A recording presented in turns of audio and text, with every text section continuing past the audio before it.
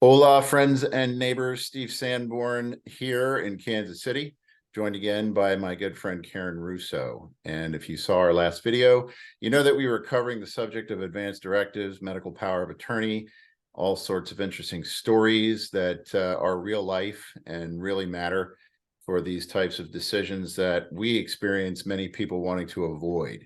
Not the most surprising thing in the world, but like life insurance that people always used to put off, this is one of those things that individuals have to think about. And it occurs to me that we don't really like to think about these things with regard to ourselves. Maybe that is supported by a little bit of a fear of our own mortality. Maybe it's just procrastination, whatever the case is.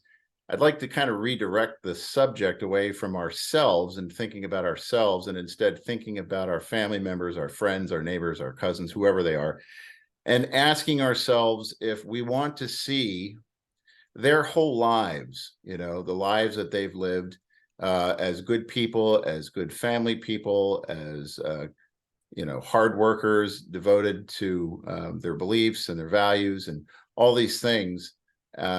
That they've passed on, say, to the next generation, and are now suddenly facing a scenario where their life and death is being controlled by a total stranger, perhaps someone who sees this every day and maybe a little callous toward it, and perhaps suffering alone, even if for a short period of time before family or friends can get to them and begin to make decisions for that person. And then suddenly realizing we've never talked about any of this. We don't really know what, grandpa wants. We don't really know what we're supposed to do here.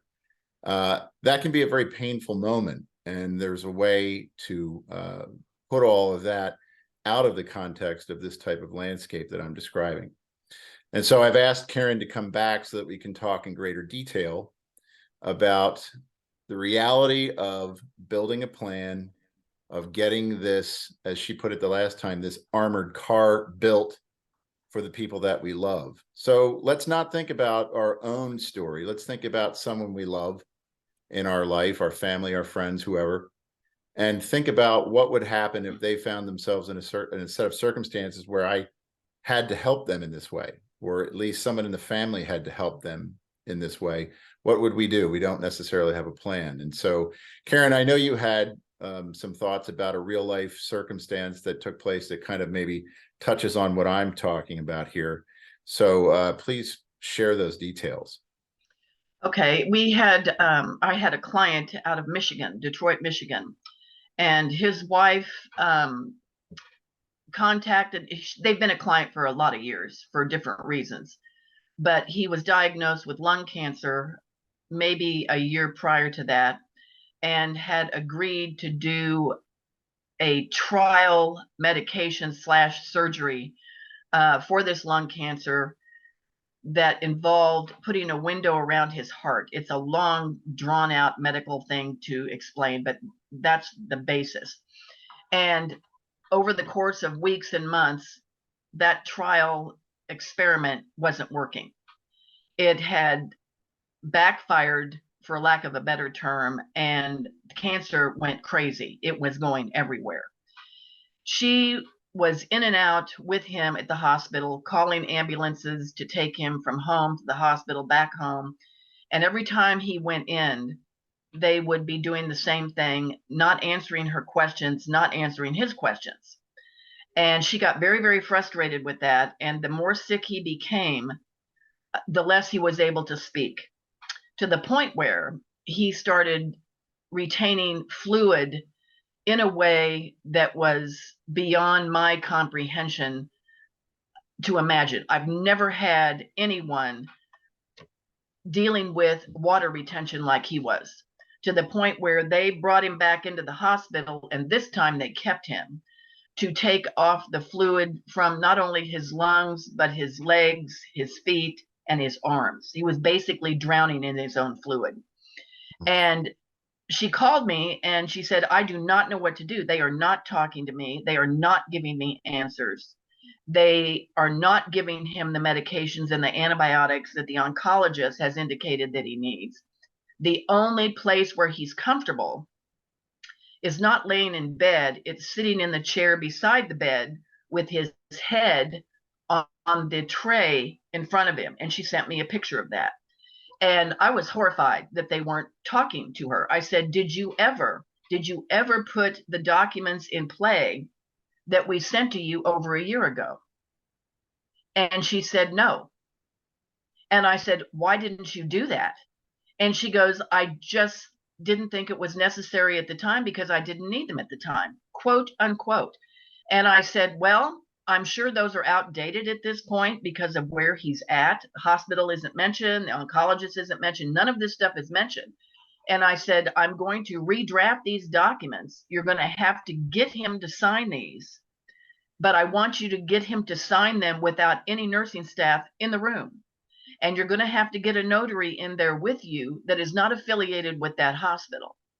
So that's what we did. And she walked those documents in. She shut the door. She had the notary. She paid a notary from outside the hospital to come in. He signed them, notarized.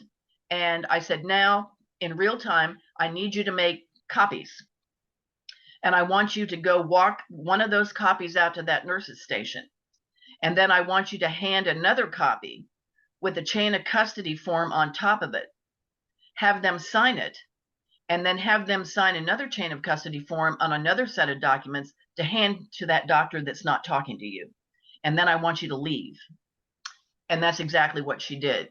Within 45 minutes, the hospital administrator is calling her and asking her what the problem is. And she basically took this administrator from point A to point B. And she said, I have delivered a healthcare advance directive, a medical power of attorney, a HIPAA form, and a right of sepulcher form to your hospital. And I expect the answers to my questions today. And I want my husband released to home because you're not doing anything for him here. It took 3 days to get him out of there because they did not want to release him. They wanted to release him to the hospital hospice services. And I told her, no, you don't want the hospital hospice. If you need hospice, you need to go to an outside organization hospice, not one affiliated with the hospital. Long story short, he died at home. But it points to a very common, I don't know what it is.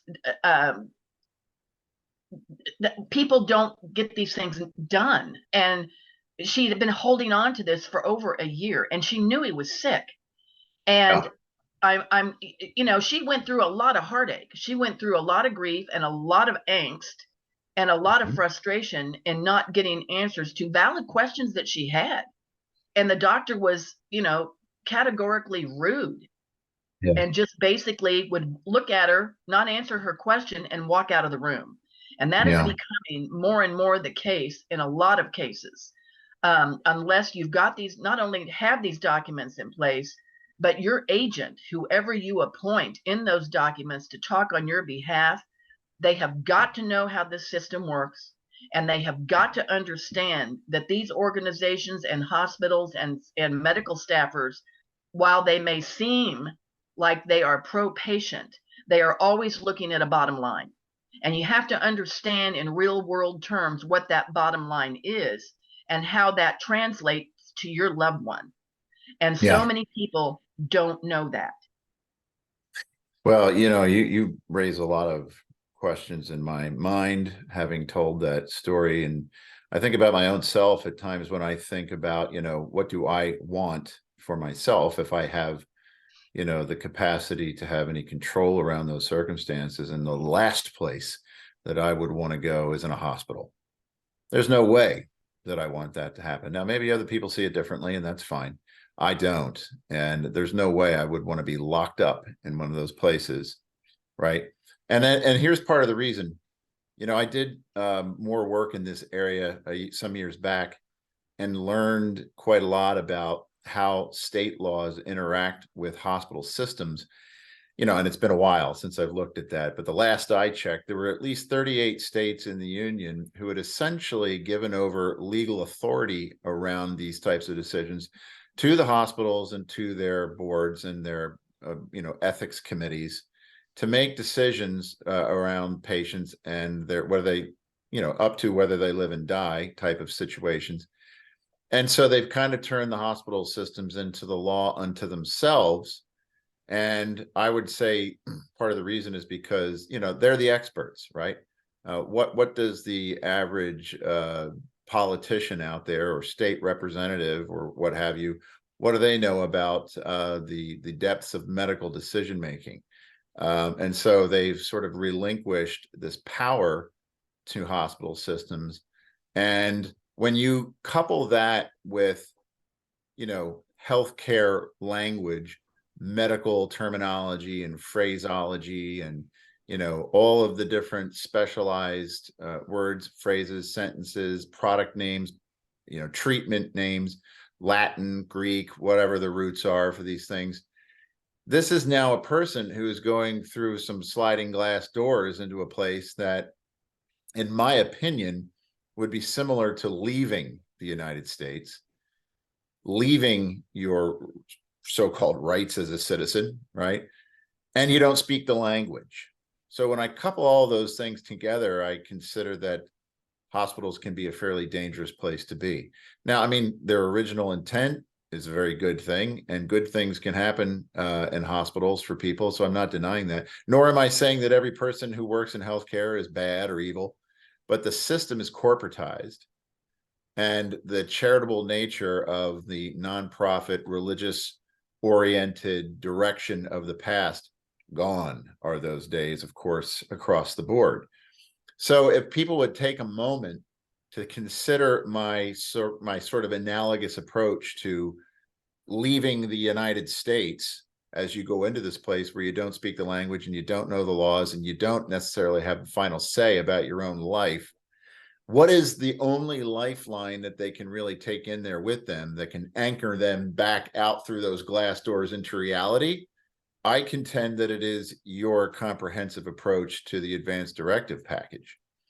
How does that strike you? Well, I think you make a good point. And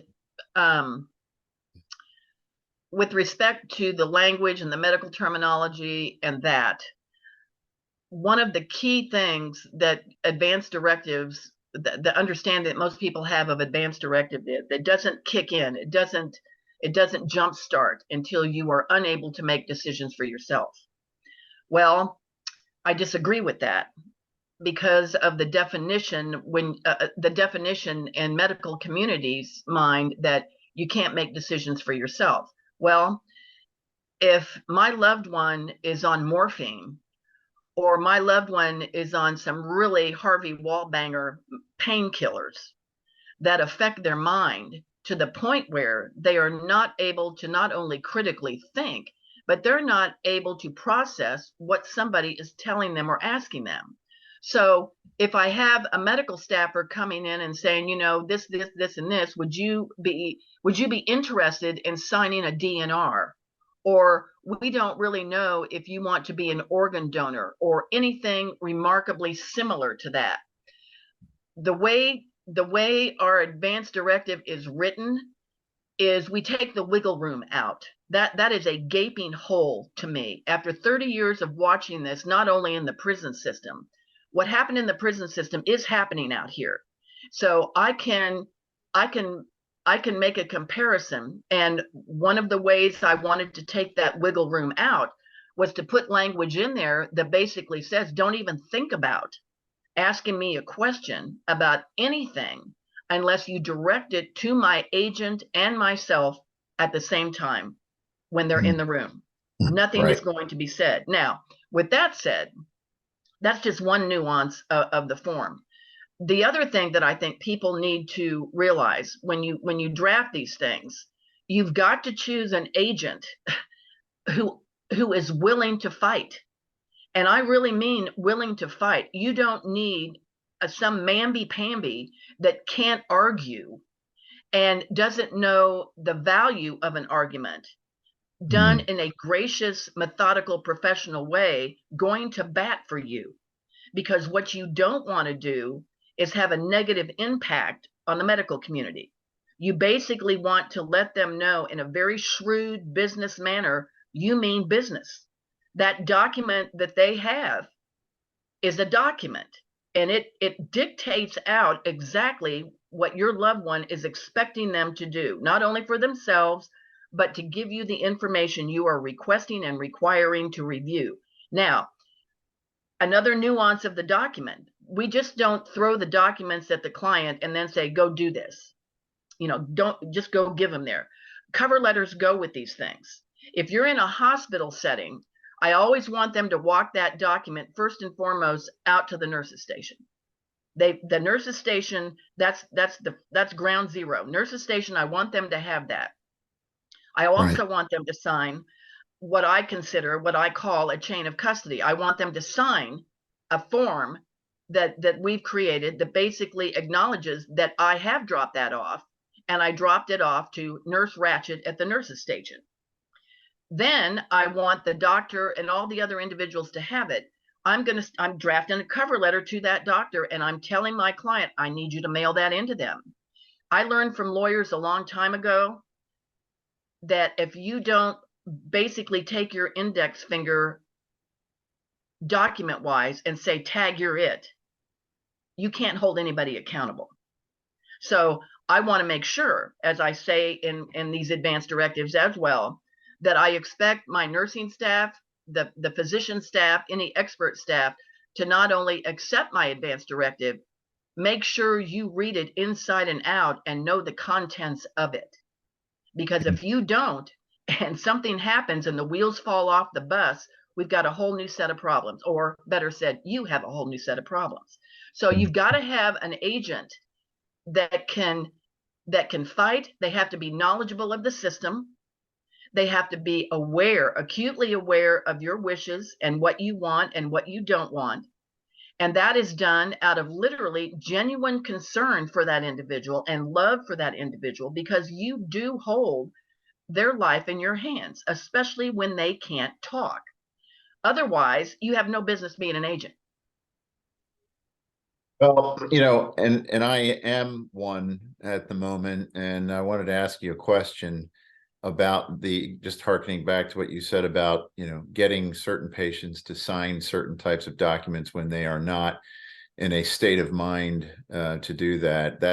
That reminds me of these shape-shifting, seedy, scammy companies out there that call, elderly people at home during the daytime to ask them if they'd like to buy a warranty on their car, or if they would like to reverse mortgage their home. And this little old granny's at home by herself, and they make it sound good, but it's confusing, and she might be confused. And this happened, right? So I'm just going to tell this real quick. Some years back, I was at my grandmother's house visiting, and I was doing some work, and she came into the room where I was, and she said, "Steve, I just had a phone call from a company that sold me a warranty on my car." And I'm like, "Well, did you buy it?"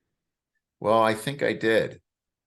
She spent $5,000 Oh on a my. phone call with a warranty company on a car that did not need a warranty.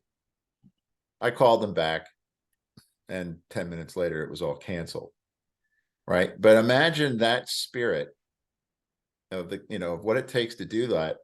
Only put Granny in a hospital bed, Or a nursing and home. envision her being on an Mm-hmm. IV with medication pumping into her arm or leg or whatever it is, right? In a vulnerable state, Mm-hmm. and somebody coming in and saying, "Hey, would you like to buy a warranty for your car?" Yeah, Right?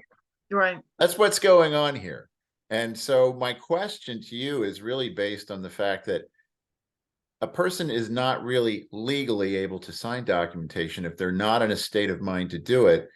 But that can be a nebulous, somewhat gray area at times to know whether or not an individual is in the right state of mind, right? And so my question is there a practical way, as we kind of age into those really elderly years? If I'm 85 plus and I'm starting to think, gosh, I don't know if I'm always the best judge here on certain things.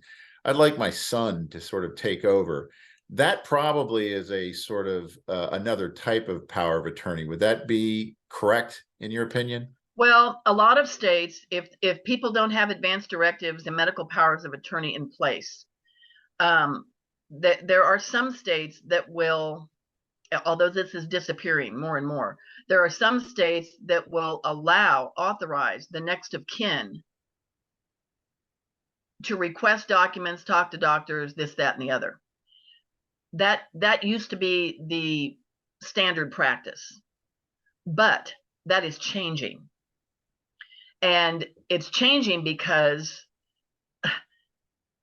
it's the wiggle room again. If you don't have an advance directive, but you're listening to the next of kin that really doesn't have any authority and doesn't really know what the wishes are, the hospital has a lot of wiggle room to move around in. They can couch things a certain way to get you to agree with them. And if you're dealing with someone who doesn't understand the system, doesn't understand what mom wants, the scale is in their favor, not mom's. Okay. All right. But I have to assume that in this customized approach that there's a caveat that could be listed in the directive or the will, what have you, that I, Steve Sanborn, do not want to be presented with any decision-making or documentation to sign without the presence of either my attorney or my medical power of attorney or some chosen person. That's correct. That I'm not to be approached at any time to make any decisions for myself. Right. That is all included in our packet. Every document is okay. So that does cover that gap. Yeah, any possible wiggle room, honestly, that we have found, we have checkmated it. Okay. Now, as I explained to you not too long ago, it came across my desk of a mental health issue of a client, and it's not an issue yet. It's an elderly couple, but in doing their documents, I realized that her husband has got early onset Alzheimer's. And I got to thinking about that. And I know that in some states, state law requires not only an advance directive, but a mental health directive that's separate from the advance directive. Now, if you don't have that in these states, can you imagine the havoc the system, the mental health industry can play with your head and the medications that they can give you, whether it's psychotropic drugs, whether they want to have you committed, whatever it may be, that's where that hole is. Kansas and Missouri state laws do not require a mental health directive. However, we put the language in the advance directive to cover the base. Right. We put it in there to cover the base so the powers that be know that you know what the system is doing, what you can and cannot do, and what your loved one is indicating with respect to that element they want or do not want. And again, everything goes back to the agent. I'm not going to make decisions. Any decisions that I make will be made in conjunction and in cooperation and in partnership with my agent. Everything's with the agent. I don't throw it on the family member by themselves. It's with the family member and the agent they've chosen. And I did that specifically to take the wiggle room out of the concept that it only kicks in and goes into gear if I can't talk for myself. Yes. And I don't like that. Okay. Because the wiggle room is the medication issue, confusion issue, undiagnosed dementia, undiagnosed early onset of Alzheimer's, all of that stuff factors in. And these are the variables that are flying around out there that I just want nailed down. They've got to get nailed down for the patient. Right. Well, let me ask you a couple of practical questions just for people listening. As far as I can tell from previous conversations with you, there are effectively at least 4 concepts for 4 different documents, but you've taken 2 of them and merged them together. So in a sense, so that would be the advanced directive / I guess living will concept. Is that fair? Here's you bring up a good point. People, advanced directives is like an umbrella, like a tiered umbrella. Mm-hmm. And within the advanced directive, you've got different documents. You have a medical power of attorney, you've got a HIPAA form, you've got the advance directive itself. The difference between an advance directive and a living will is that the living will does not appoint an agent. The living will is only a guideline. I mean a brief guideline of the patient's preferences. I don't use living wills. That's What one of my I've done least favorite is, words is guideline. But yeah, anyway. well, the guidelines. And so what we've done in these documents is I have merged the advance directive and the living will. They're together. They're interconnected. So that wiggle room is out. Did I answer that question? Yes, yes. And Okay. so in a sense, then you're dealing with, in your standard package, if you want, it's 3 different documents that all sort of each refer to the others in a sort of cohesive fashion. But I also wondered, I thought I had remembered in the past, maybe you mentioned that there can be other documents out there depending on the need or depending on the state that might be included in a package, but those would be the standard 3, and that's the advance directive and the HIPAA form and the right of sepulcher. Do I have that correct? Yeah, and the medical power of attorney. So the advance directive and the medical power of attorney are sort of a merged. There are 2 documents in one. 2 documents in one. So 4, but they kind of appear as 3 in a sense, maybe. That's right. And each one interconnects with the other. Each one mentions the other document. Right. If in doubt of this question, see the other document. Right. Okay. So that's brilliant. But maybe I'm incorrect, but are there any other documents out there that a person may find that they need in a certain customized situation? Only the mental health advance directive. Okay. And that's being added in. That's the language is being added in the states where it's not required, and in the states where it is required, we have created that to be customized to the patient. I really encourage no one to pull off forms off of the internet as advanced directives or anything like that. They're so substandard, it's frightening. Oh, I totally agree. I think that people should spend at least as much time with designing these documents as they would a kitchen remodel, right? Or a Yeah. vacation. Yeah. And I Which had one's this development. conversation with somebody the other day. It was a friend of mine. And I said, before you knew me, did you ever think of end of life documents? Was it ever on your radar screen? And he said, no.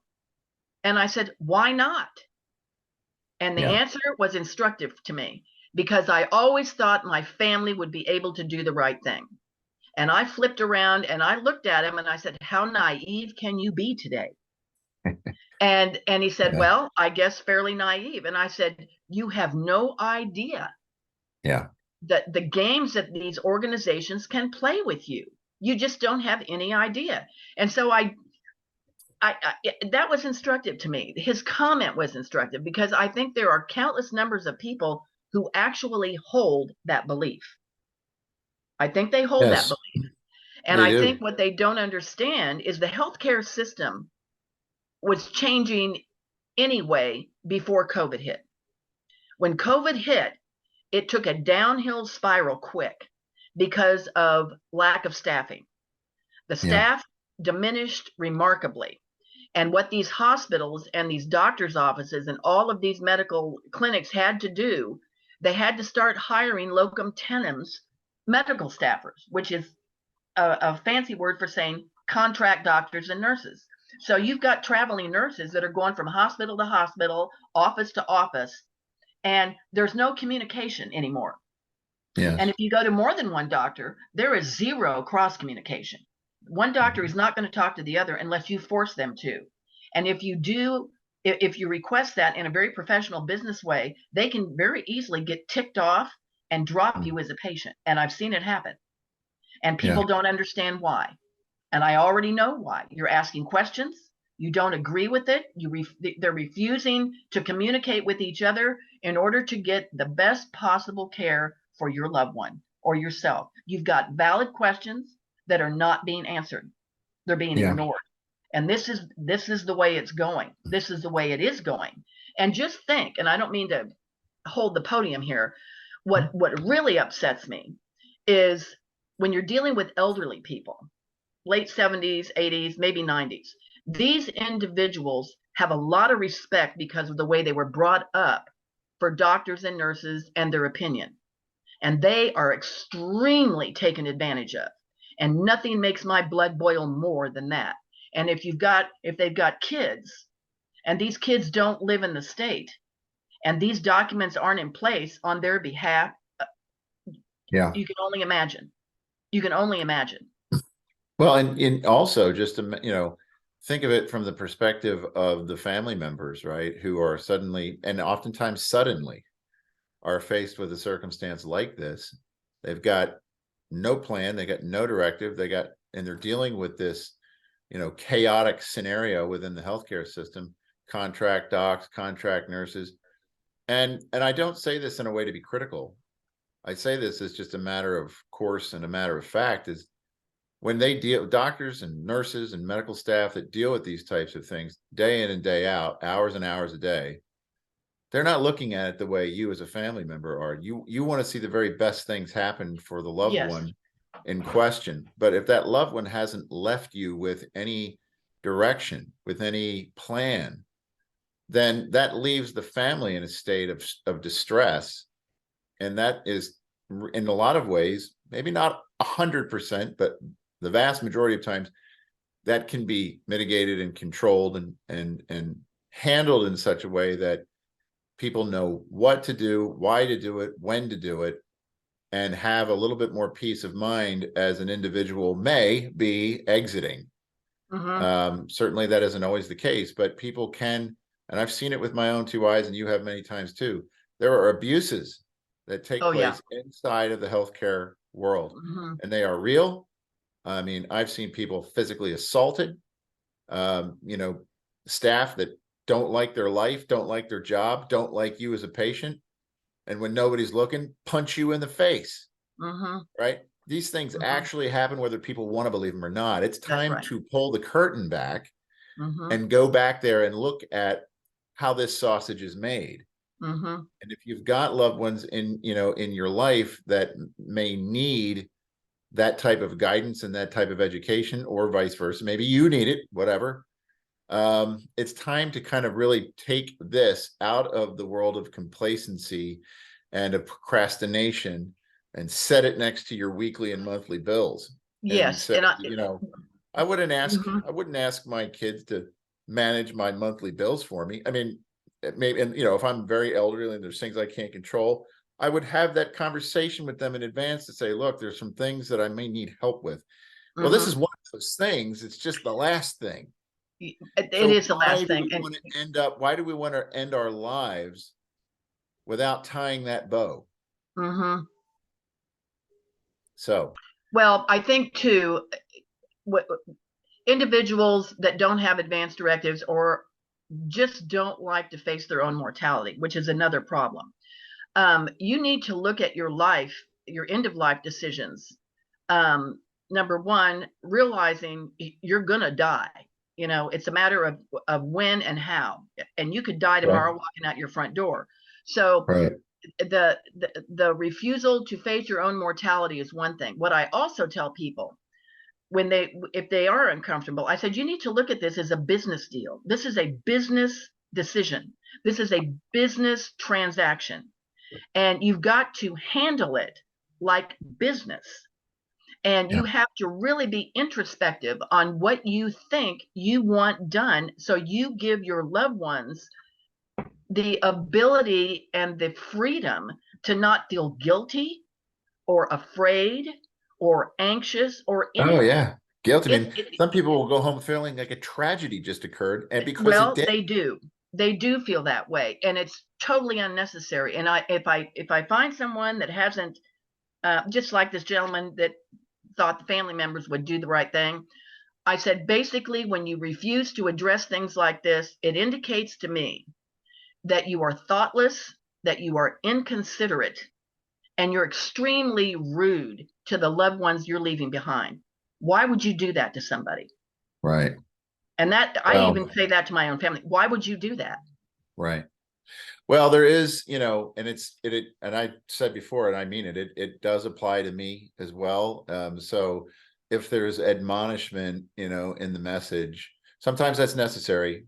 People have to understand that the goal here is to put things right for many, many people out there. And there is a complacency that people need to wake up from. So, but I accuse myself first, because even as much as I know, I have fallen short on getting these done in other areas of life. Not for I have my documentation, but others in the family don't have it yet. And so from our last discussion, I immediately started making some calls to say there are still some things that need to be buttoned down.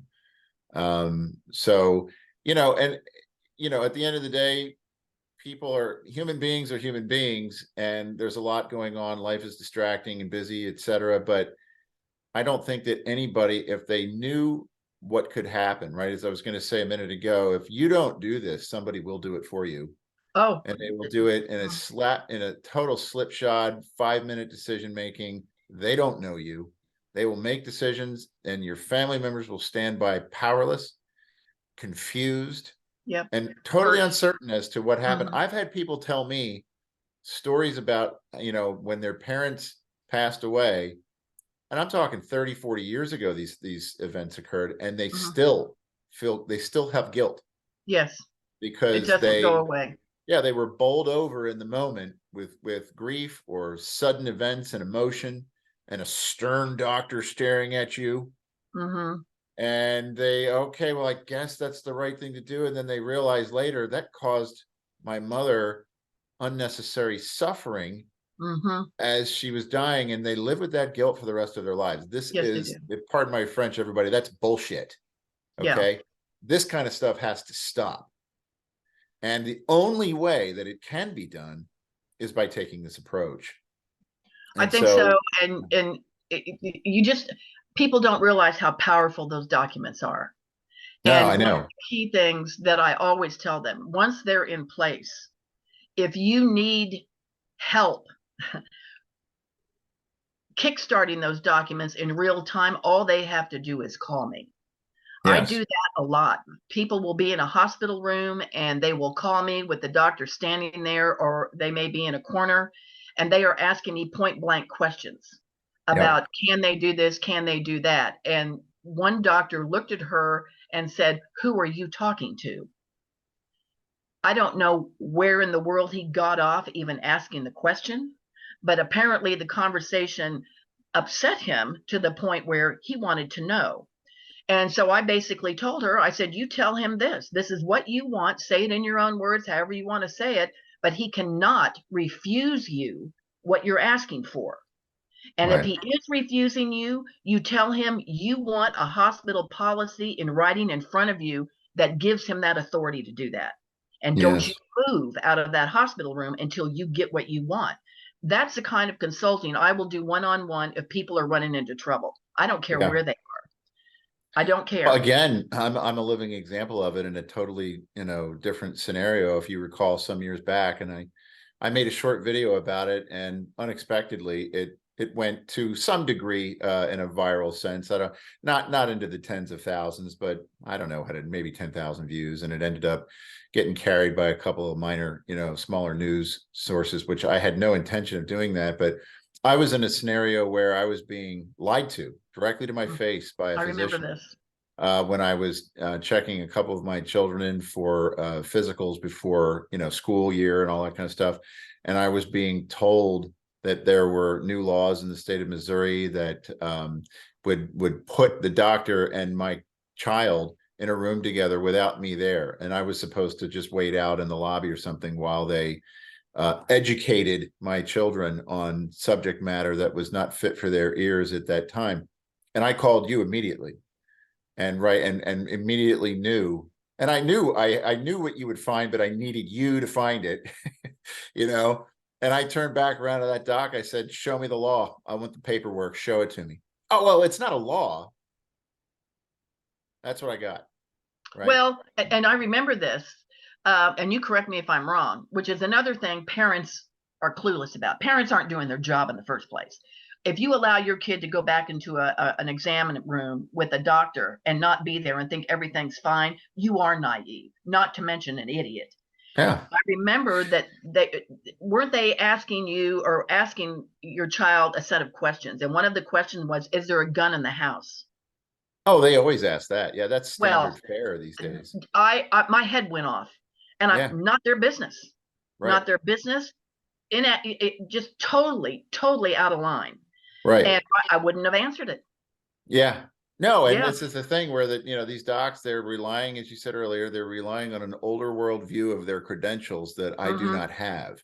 So when she's, when she's approaching me with her white coat and her stethoscope and her clipboard and making demands of me, I just push it right back in her face.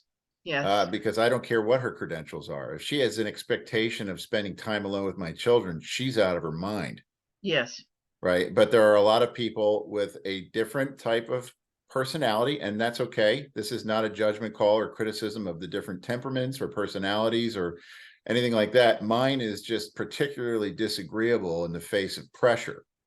And so that's what I want to convey to people now. Just apply that circumstance, which is happening in the moment, real time, Oh, quick, it's right? happening I all the need time. decisions in 15 seconds, Steve. Mm-hmm. Right? Now put that on top of somebody who's dying in a bed or could be dying, or that a particular treatment might do them harm, Mm-hmm. or vice versa, whatever the case is. There isn't Mm-hmm. a lot of time for those pressure circumstances coming from the so-called credentials, Mm-hmm. right? And that pressure is on. Well, that in of itself probably requires another conversation all by itself, just to get people to understand how to mentally approach those Mm-hmm. types of circumstances. But I'll tell you, the one thing that helps the most is that armored car that you mentioned the last time, and that's these documents to say, whether I have the type of personality that can stand up to yours, I'm in charge. Here's my Yes. paperwork. It's Yes. my decision, not yours. And so I'll take all of your comments under advisement, but please excuse us now while we discuss this as a family. We'll get back to you. That's exactly right. And that's the approach you have to have. And Yeah. I remind people, you're the customer. The patient's the customer. You've got a price tag, you've got a price tag on every limb and every hair on your head when you're in there. There's a Yeah. price tag. You're And talking they about the want to get charge as master. oh yeah, You're talking they about the want to get as much. ICD-10 codes. Right. Yes, exactly. Right. Yeah. Right. People don't know a lot of times that there is a menu. Then they refer to it as the ICD-10 codes, which is Yes, adhered to a charge master, so that a spider bite on your left shoulder may cost more than a spider bite on your right. It's an that's insane correct. system, but you are a piecemeal part of a menu, Mm-hmm. right? And in some ways, maybe there's a practical purpose for doing things like that. That's not to say that it's all bad, but it does dehumanize people in It a place does, where but you are again, supposed to be ultimately humanized. yeah, and I think that's one of the things people are going to have to realize. This system, and I'm not saying every doctor is awful. I'm not saying that every hospital is awful. Just like when we were doing prison healthcare, I always made the point to say not every correctional officer is awful. Not every prison nurse is terrible. Right. There are good ones. I'm not worried Absolutely about there the are. good ones. I'm targeting the bad stuff. It's like Well, the it's the devil is in the system. details, huh? It's the system. It is the system, It's and not the individuals per se. It's the system that it's has the been built. system. It is absolutely the system. And if you don't understand how that works, you've got to understand it is a business. It is a business, and it is big business. Yes. Yeah. Yeah. So, Yeah. I'll never forget. I always kind of occasionally harken back to, a while back working for another organization where I had to go into hospitals a lot and have conversations with people, and just kind of walking through the ER doors one day and said, well, how's everybody doing today? And the answer was kind of in the negative. Oh, not so good. I mean, our beds are empty. We don't yeah. have anybody today. So that's Hmm. not a good day for a hospital. It's a Hmm. great day for the community and for all the Yes, families in it. It's not a great day for the business of that's the right. hospital. That's And exactly and right. that's what turns people to an extent into widgets who are Hmm. then calculated and tabulated as to how many dollars that bed is going to make that day or that week or that month. and it's Mhm. all pre-planned and it's all scaled out so that it'll be 2.5 times Medicare, so that when the bill gets paid, they're at least getting 33% of it. And they know that that would be enough to cover their expenses and put a little profit into somebody's hands, right? Some Right. corporate entity. This is a business and you are the business. You're the subject of the business. It's kind of like social media, right? You're the Mhm. object of the business. And You are. so healthcare is good, hospitals good, doctors good, nurses good. Everybody, the whole concept is get people better, heal people, except for when it's not. And it's becoming more and more the other way. And Yeah. you've got some real anomalies with the results or consequences of the COVID shot. I don't care what anybody says. If you do your homework and read the research, you Yep. can't believe you can't believe what the bad guys are saying, that everything's hunky-dory, people aren't getting sick, not this. I have too many clients in nursing homes that have had some really awful things happen to them. Yeah. And nursing staff has basically said this is not a result of what your condition used to be, whether it's diabetes or something. It is a direct result of the shot. We're not supposed to tell you that, but that's what it is. Now, an elderly person really doesn't want to hear that. Yeah. People that get the shot don't really want to read the information, and they don't want to read the research post shot because it shakes them up. And I understand that. But knowing that may be an issue or it may pop up down the road, I'm basically looking at that and I'm going, do you have these documents in place? You've got Hmm. to get them in place because you don't know what's going to happen next. You just Yeah. don't know. And oh well, I think we're restating the same thing probably 16 different ways to Sunday.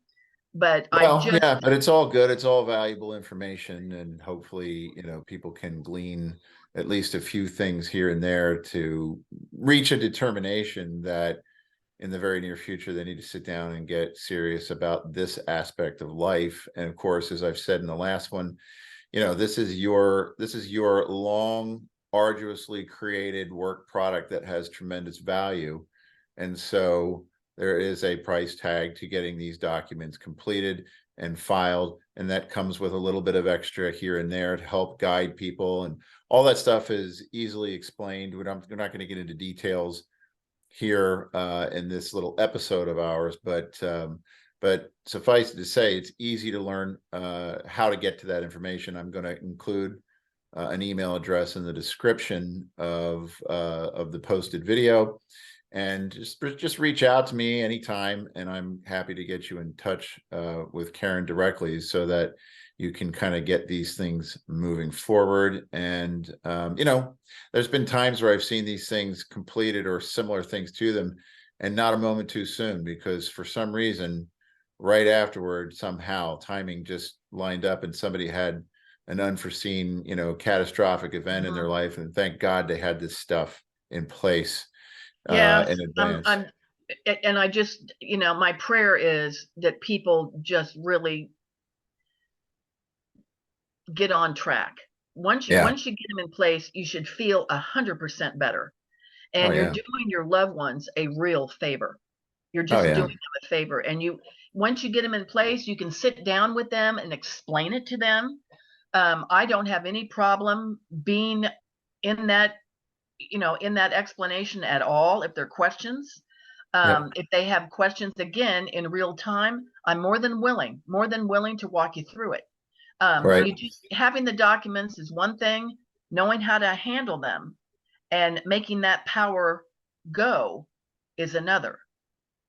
And Yep. when you hand them off to the powers that be, they want to see how powerful you are.